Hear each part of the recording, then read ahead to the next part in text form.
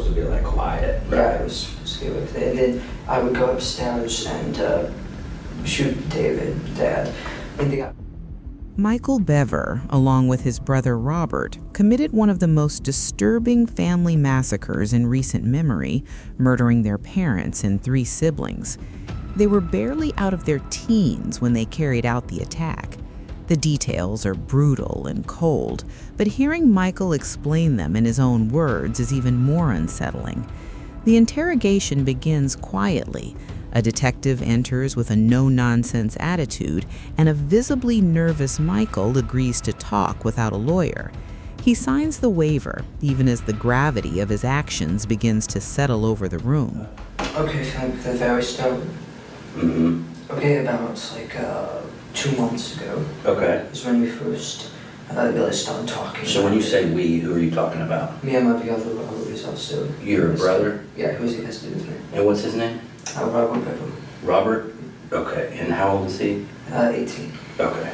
All right, go ahead, sorry. A couple months ago, I think we got to the start of this year, we started talking about voodoo and rampage and stuff like that. Okay. I didn't take it seriously at first, but then he started buying like body armor and stuff. Where did he buy body armor from? eBay and Amazon. Oh, okay. Yeah, legal. Does he have a job? He did at Mike Tech. He quit at the start of the year.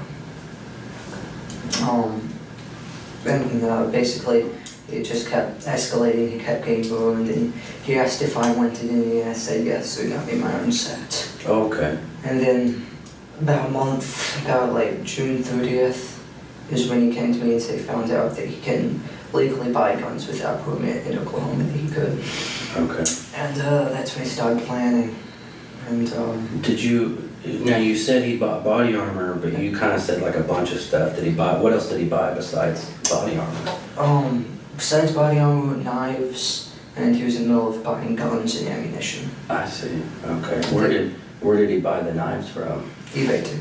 Okay. eBay. Can you tell me like how many knives or what they look like or anything like that? I think he had about 3 normal knives and then 1 small Canon-Pax. Okay. And then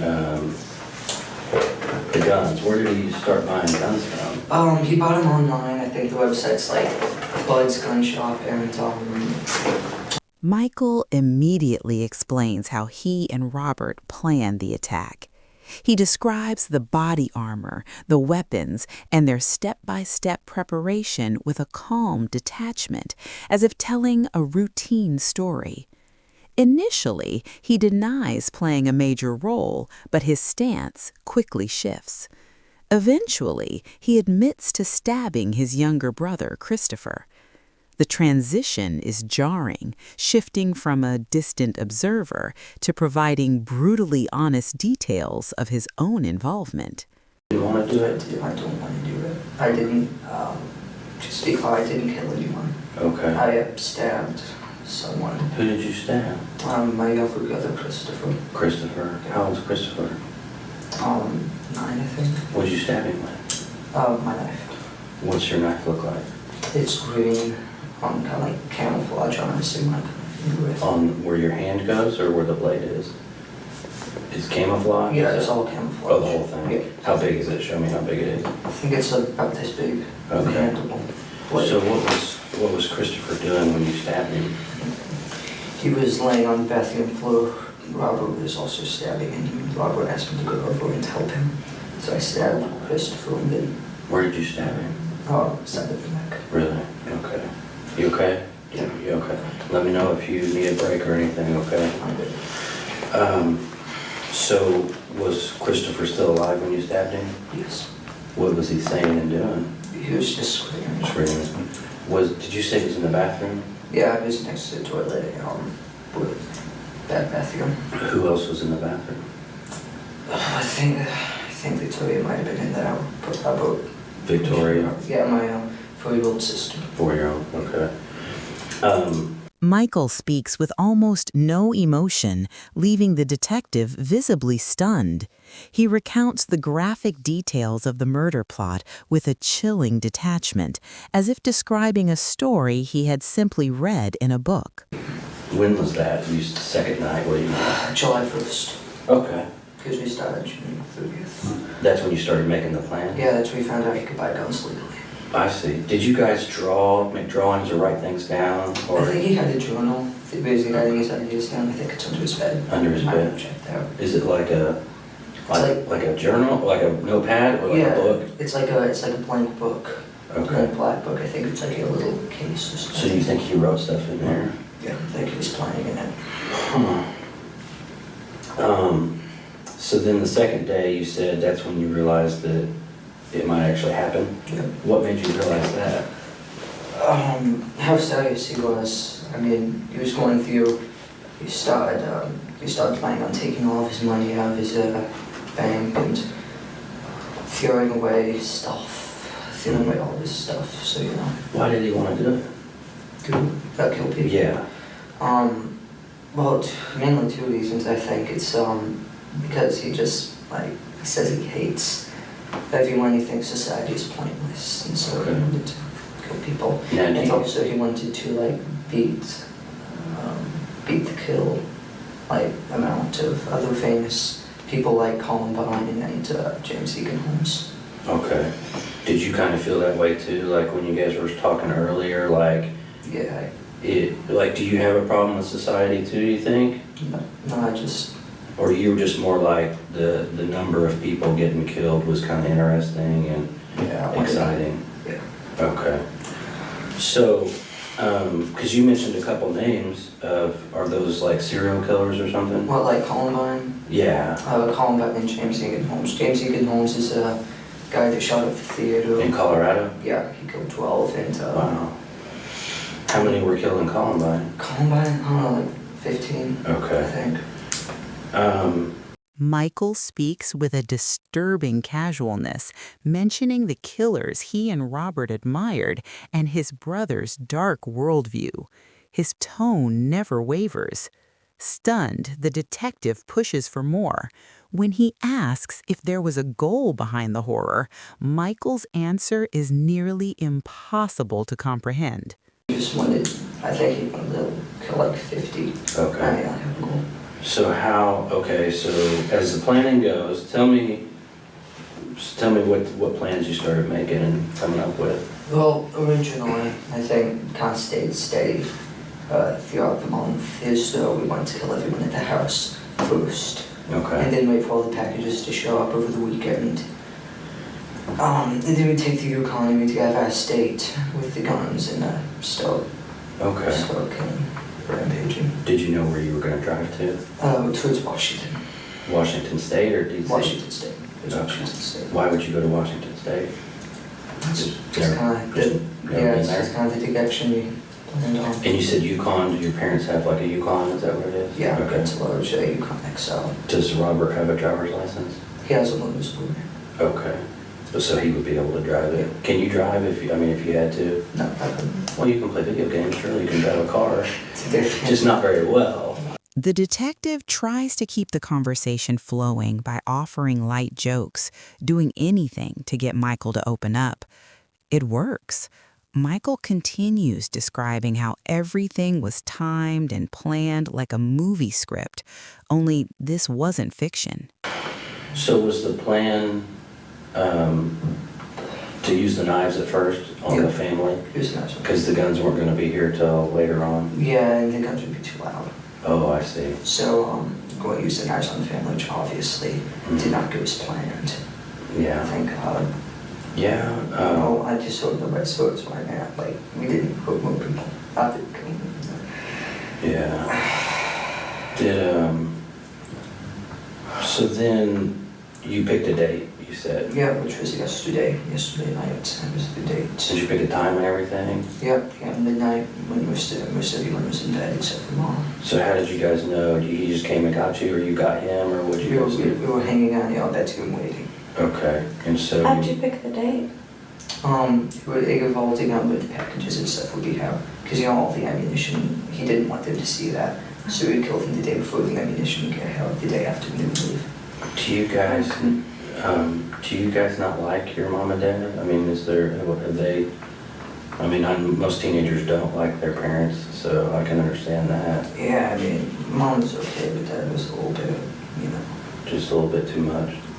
Yes.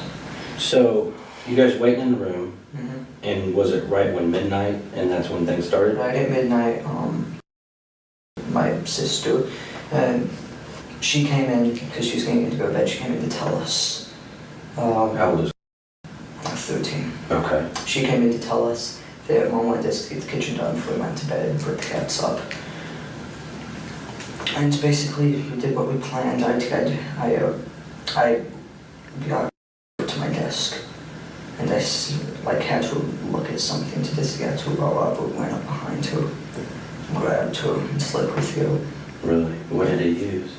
His large red knife. Okay. A large red knife? Yeah, it's like mine. How big is it? It's like mine, like red. It's about Oh, I see. that big. And then she fell to the ground screaming. Mom came in first, and then she was Is in your the room hallway. upstairs or side? I don't know. I haven't been to your house, so I don't know. Her room is downstairs. It's towards the back of the house. And so she fell down and started screaming. Yeah, whatever. Kept stabbing her. I kind of freaked out because, Mm-hmm. I wasn't planning on Were you this. saying anything, or, I mean? I just stood there. Okay. And then Mom came in yelling, called the police. And then he went over and stabbed her. Then he stabbed her? Yeah, he probably was stabbing her, pushed her, floated down the hallway, and got up and ran. Okay. She ran out the door. So she sat down at your desk, and he slit her throat, you said? Well, she was standing at my desk and Oh, I came up see. behind and slit her throat, and then she fell down screaming. And then he stabbed her some more? When he was stabbing her some more, where was he stabbing her? Her neck. Oh, at her neck. Her neck and The detective listens in disbelief as Michael reveals more, like watching a nightmare unfold in slow motion. The question of how two teenagers could be capable of such an act lingers over the interrogation. her neck and stomach. Stomach, okay. And then my mom came in and she started yelling, called the police, get Dad. And then he came over and started attacking her. And he actually got up and ran out the front door. Wow. And once Mom was on the ground, he got up and started chasing after her. And what were you doing? Standing Did you there. come out in the hallway? No, I was just standing in the room. And the process, I don't know what I was doing. So he stabbed your mom with the same knife? Yep, somewhere. And where did he stab her? I think in the neck too. Okay. And no, actually, he stabbed her in the neck, pushed her into the kitchen, and then together. So with her, she started screaming and ran into the family room. At the same time, he realized and left the house. Okay. I went over and disabled the alarm. Okay. That's what I did. And then Where's the pad for your alarm? It's not the front door. It's what? It's now the front door. Near the front door? Yeah, and so I went over and disabled the alarm so it wouldn't, But has she already gone outside? She went outside and then Robert went after her.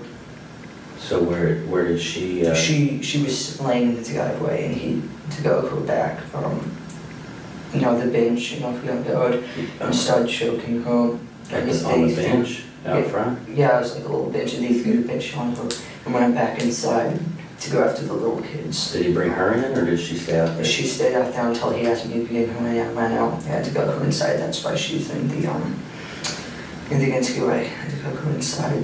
You brought her back in. Yeah, Was she still alive? Yeah, she was still screaming.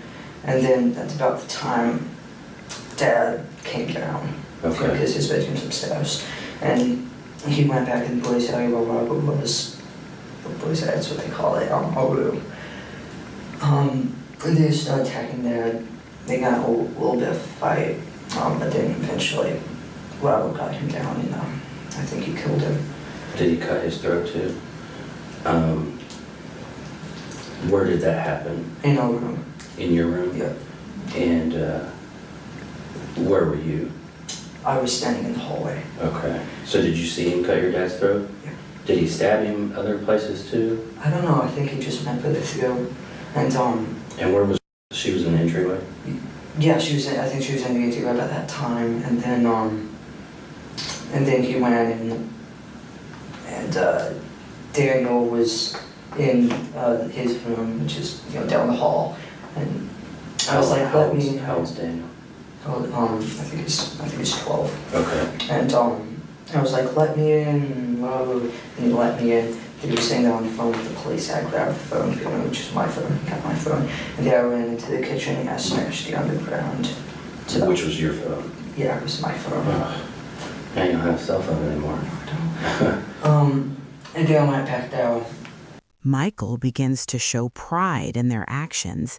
He smiles and even lights up while telling the story, his face reflecting a disturbing sense of satisfaction. We just went to the one. Okay. Yeah. So when y'all got done at the house, where were you gonna go? We were going to hang out there for at least the day. We were going to get the bodies in a room or something in the attic. Clean up and then wait for the ammunition, go pick up the guns, and then go leave the next day. Where were you gonna go? I mean, where was gonna be your mass plan to get the most people, the most bang for your buck? We're just heading generally towards Washington State. We're going to do it statewide. He discusses the events like someone describing a favorite hobby. His excitement is unmistakable. Yeah.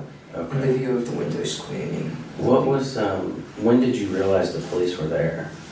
When we were in the woods. Okay.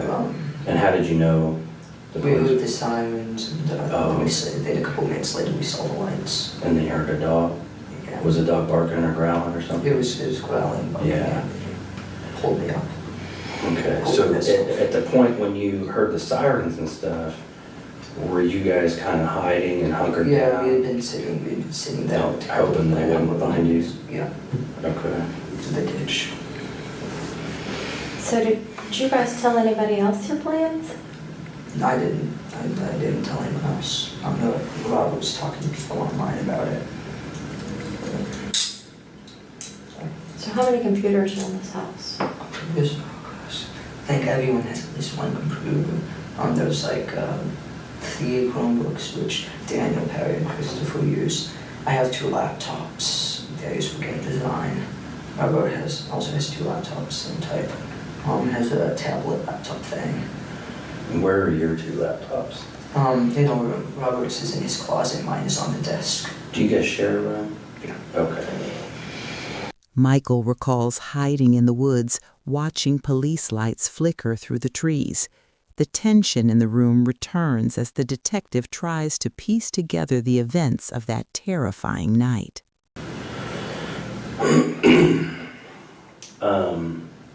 So here's a problem that we might have, and I don't want it to be an issue for you because you've been really cooperative. We're going to talk to Robert too. So he's going to give us his version of the story, and sometimes they're going to be different. So is there anything that you kind of didn't quite tell me right, or you changed a little bit, and now that you understand that Robert's going to tell me everything? But he'll probably tell you that he'll forgive them, because that's what I told him, when we were sitting out in the woods, to make conversation. But, forensics will show you how they stabbed Christopher. What 3? What do you mean you told him? So you told him you killed 3 people? Yeah, I told him, because he asked me how many did you get. I said 3. Did you tell him who you got? No, I just said 3. Near the end of the interview, the detective asks if Robert will tell the same story. Michael says no, claiming Robert would lie. He even suggests that if he hadn't helped, Robert would have killed him as well, stating that Robert only cared about becoming famous. Suspecting Michael is being dishonest, the detective pushes harder, revealing that he has already heard Robert's version and the details do not match. Well, you stabbed more than one person. So who else did you stab? Or you stabbed more than just one time? Oh, I stabbed Christopher more than one time. How many times did you stab him? I think twice. Because you don't think we're going to know that? Stop I thinking know. and go with what you know. You mentioned forensics a minute ago. I know. I mean, I'm just one of like hundreds of people that are going to look at this thing, okay? I know. I mean, we got the state police coming in. There's, I don't know, 20 different forensic detectives at your house right now. They're going to be there a long time because of the scene that it is. So everybody that you killed and every single stab wound that you inflicted, we're going to know about. Michael finally cracks, confessing that he didn't just stab Christopher once, but several times. The the detective gives him one final chance to be fully honest. Because here's the thing, everybody's been stabbed, and you both had knives, and we know you both stabbed everybody. So you guys are kind of at the same level, and so now it's who's going to be honest and make this right, and who's a liar, okay? Which one do you want to I'm be? not. Okay, so you're a man of your word? Yes. Okay. And do you want to make this right and do the right thing at this point in time? Yes. Okay. What else are Okay. you missing? You want to start over then?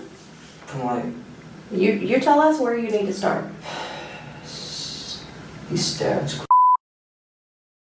I didn't stab. I was stabbed through a window. So, What about the crossbow? the crossbow, yeah. It was pulled back, like it didn't have a bolt or arrow or anything. I got fired and broke. It broke. Yeah, I never. That's not use it. It's broke. It's cheap. So it was a broke before last night. It broke when I got to got it fired because I wasn't able to do anything, and yeah, I just need to unclock it. Inside I pointed the ground, yeah, I pulled the ticket and this thing, yeah. And that was a while ago, or that was last night? Oh, that was last night. Because you were supposed to use it. I was supposed to use it. I was caught back and I wasn't going to use it, so I tried to, unclock it and look. So nobody's going to have any crossbow injuries. No, they're not. Okay. What about the big knife, the machete? Did that get used on somebody? I think he might have used it on Daniel. I think that's what he might have used to stab him in the chest. And what about the surgical blade knife? Yeah, I think that's what someone's through with, too. So yeah, I think he used all of them. I only used the one knife, the green one. You only used the green one, Yeah. and you're sticking to that. Yes. Robert pleaded guilty to avoid the death penalty, receiving 5 life sentences. Michael went to trial in 2018, where his defense claimed he was manipulated by Robert and their isolated upbringing. The prosecution, however, emphasized his active participation and chilling lack of remorse. Ultimately, Michael was also sentenced to life without parole. Both brothers remain in separate prisons.